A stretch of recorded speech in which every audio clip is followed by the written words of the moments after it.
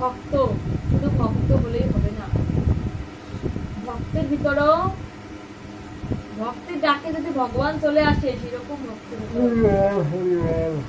আমরা গৃহে থেকেও যদি গোবিন্দের ভজনা করি, বাইরে থেকেও যদি গোবিন্দের ভজনা করি, তাহলেও কিন্তু ভগবানকে সহজে পাওয়া সম্ভব হবে। মেন হচ্ছে কি ভজনা করা, স্মরণ রাখতে হবে। তো একটা সত্য কাহিনী, খাটম ডাকাত নামে একজন ডাকাত ছিলেন। খাটম, তো এটা হচ্ছে ওই অন্য প্রদেশে, ভারতের ওদিকে। তো খাটম ডাকাত নামে একজন ডাকাত ছিলেন। তিনিও ডাকাতি করে, চুরি করে, তার পূর্বপুরুষ ডাকাত ছিল, মানে চোর ছিল, বংশ পরম্পরায় চোর। তো চুরি করতে করতে একদিনকে বনের ভিতরে সেই স্বর্ণালঙ্কার অনেক কিছু চুরি করছে, টুকলা বেঁধে বনের ভিতরে বসে আছে। এরকম সময় একজন সাধু এসেছে। সাধু এসে যখন দাঁড়িয়েছে, ওই ডাকাত ওনাকে প্রণাম করেছে। প্রণাম করলে সাধুকে কিছু আশীর্বাদ দিবে। এখন সাধু বলতেছে, আমি তোমাকে আশীর্বাদ দিচ্ছি, তুমি ভালো হয়ে যাও, তুমি আর চুরি করো না। তখন ওই চোর বলছে, না না, আপনি আমাকে অন্য কিছু করতে বলেন, তা আমি করবো, কিন্তু আমাকে এই চুরি বাদ দিতে বললেন না, চুরির ভিতরে আমার জীবন রয়েছে।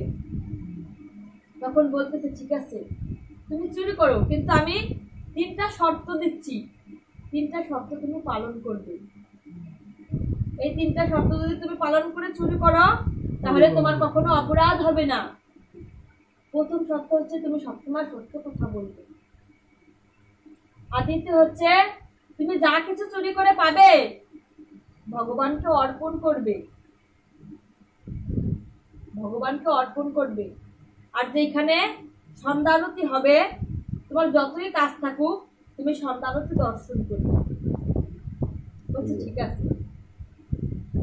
তো ওই ডাকাতের বৃদ্ধ হয়ে গেছে, ডাকাতি করতে করতে তার শৈশব যৌবন সবকিছু শেষ, তখন বার্ধক্য এসেছে। তো ডাকাতি করতে করতে ভাবছে যে এখন তো জীবনের শেষ পর্যায়ে, একটা বড় সড়ো ডাকাতি করে আমার এই চুরিবিদ্যা বন্ধ করে দেবে। তখন সে কি করছে, রাজার বাড়ি ডাকাতি করবে। বড় সড়ো ডাকাতি তো ওইখানেই হয়। তো সেনাবাহিনীর পোশাক পরেছে, সেনারা যে পোশাক পরে, সেই পোশাক পরে রাজার বাড়ি এসেছে চুরি করতে। যখন প্রথম গেটে এসেছে, প্রহরী বলছে, কি আপনি কে, এখানে কেন এসেছে? সাধু বলছিল সবসময় সত্য কথা বলবে। বলছে, আমি একজন চোর, আমি ভেতরে যাচ্ছি চুরি করার জন্যে। ও প্রহরী ভাবছে যে চোর, সে কি কখনো বলে? হয়তো আমার সঙ্গে তামাশা করছে, আমার সঙ্গে তামাশা করছে। তো কি করছে, ওনাকে আনন্দের সহিত ঢুকাই দিছে গেটের ভিতরে। তো আনন্দে নাচতে নাচতে দ্বিতীয় গেটের কাছে গিয়েছে। ওই দ্বিতীয় গেটে যাওয়ার সঙ্গে দ্বিতীয় প্রহরী বলছে, আপনি আনন্দে ঢুকে যান, আমি সব শুনেছি। প্রথম গেটের প্রহরীকে আপনি যা বলছেন আমি সব কিছু শুনতে পেয়েছি, আপনার কোনো অনুমতি নেওয়ার দরকার নেই, আপনি চলে যান। তখন কি করছে, ভাবছে যে রাজ পোশাক পরিধান করা সৈন্য, সে কি কখনো চোর হতে পারে? দ্বিতীয় প্রহরী ভাবতেছে মনে মনে, হয়তো রাজা কোনো কারণে তলব করেছে, সেই জন্য যাচ্ছে, আমাদের সঙ্গে তামাশা করছে। তো ঢুকে কি করছে, রাজার ঘোড়াশালায় গিয়ে, রাজার একটি প্রিয় ঘোড়া ছিল, সেই ঘোড়াটিকে নিয়ে ডাব ডাব করে বেরিয়ে চলে এসেছে 2টি গেট দিয়ে। প্রহরীরা হা করে তাকায় রয়েছে। প্রহরীরা ভাবতেছে হয়তো রাজা এই ঘোড়া দিয়ে তার এই কাজটি করার জন্য পাঠিয়েছে, যাতে তাড়াতাড়ি সম্পূর্ণ হয়। তো যেতে যেতে দেখছে কোথায় একটা আরতি হচ্ছে, ভগবানের আরতি, ভগবানের সন্ধ্যা আরতি হচ্ছে। তো ঘোড়াটিকে বেঁধে রেখে ভগবানের সন্ধ্যা আরতি করছে। আর ওদিকে সকাল হয়ে গেছে, দেখতেছে প্রহরীরা ঘোড়ার সাথে তো ঘোড়া নেই। রাজা বলতেছে, কিরে আমার প্রিয় ঘোড়াটা কোথায় গেল? প্রহরীরা বলছে, কেন, আপনি না একজন লোককে এখানে এনে ঘোড়াটি দিয়েছেন? বলছে, না না, আমি তো দেইনি। তখন বুঝতে পারলে হচ্ছে ডাকাতের কাজ। তখন প্রহরীদের বলো, যাও গিয়ে খুঁজে নিয়ে আসো আমার ঘোড়া কে নিয়েছে। প্রহরীরা বেরোতে লাগবে, ঘুরতে ঘুরতে দেখে ওইখানে সন্ধ্যা আরতি হচ্ছে, ওইখানে সেই লোকটা।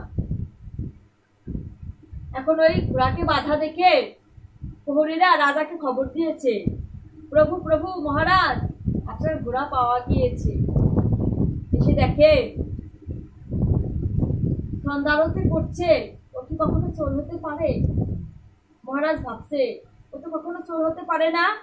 এখন ওই ঘোড়া ছিল সাদা, হয়ে গেছে কালো, কিন্তু ওই প্রিয় ঘোড়ার একটা চিহ্ন করা ছিল, যে রাজার ঘোড়ার একটা চিহ্ন দেওয়া ছিল, ওই চিহ্নটাও দেখতে পাচ্ছি, কিন্তু ঘোড়া তো সাদা ছিল, কালো হয়ে গেল কি করে?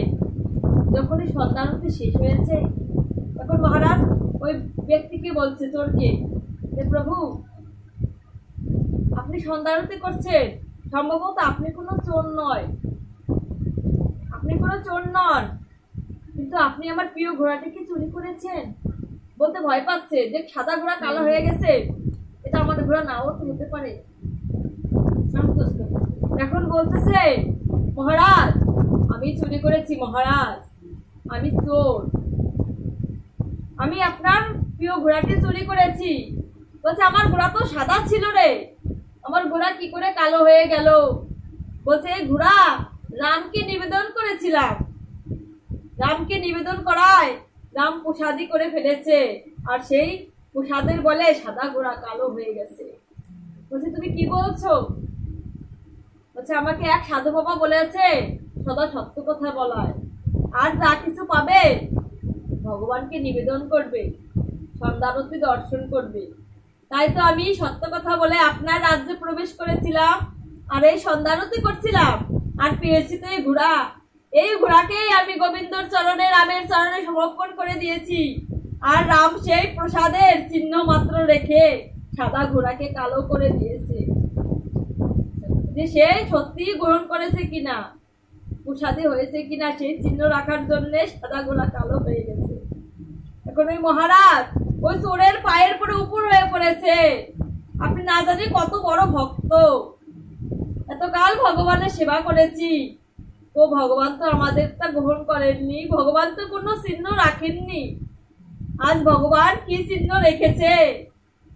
আপনার মতো চোরের কথা রাখার জন্য ভগবান কি চিহ্ন রেখেছে তা বলায়, যাহা প্রভু সত্যি সত্যি মহারাজ রামলালাকে ঘোড়াটি নিবেদন করায় সাদা ঘোড়া কালো হয়ে গেছে। তখন রাজা কি করলো? রাজার মনে শিক্ষা ধরেছে যে এতকাল রামের সেবা করেছি, এতকাল কৃষ্ণের সেবা করেছি, ওই তারা তো কোনো চিহ্ন রাখেনি যে আমার প্রসাদ খেয়েছি, রাজা তোর এই চিহ্ন এরকম করে দিলাম। সামান্য চোরের কথায় সাদা ঘোড়া কালো হয়ে গেছে। তখন কি করলো মহারাজ? ওই ব্যক্তি চরণে সমর্পণ করে নিজ রাজ্যে ফিরে গিয়ে সেই রামলালার সেবা করতে লাগলো, আর চোরকে সেই ঘোড়া দিয়ে দিল। না তোমার, তুমি যে চুরি করেছো সত্য কথা বলায়, আর এই প্রসাদী ঘোড়া আমি তোমাকেই দিয়ে দিলাম। তো কি ভক্তি হচ্ছে আসল, ভক্তি ছাড়া কোনো কিছুই সম্ভব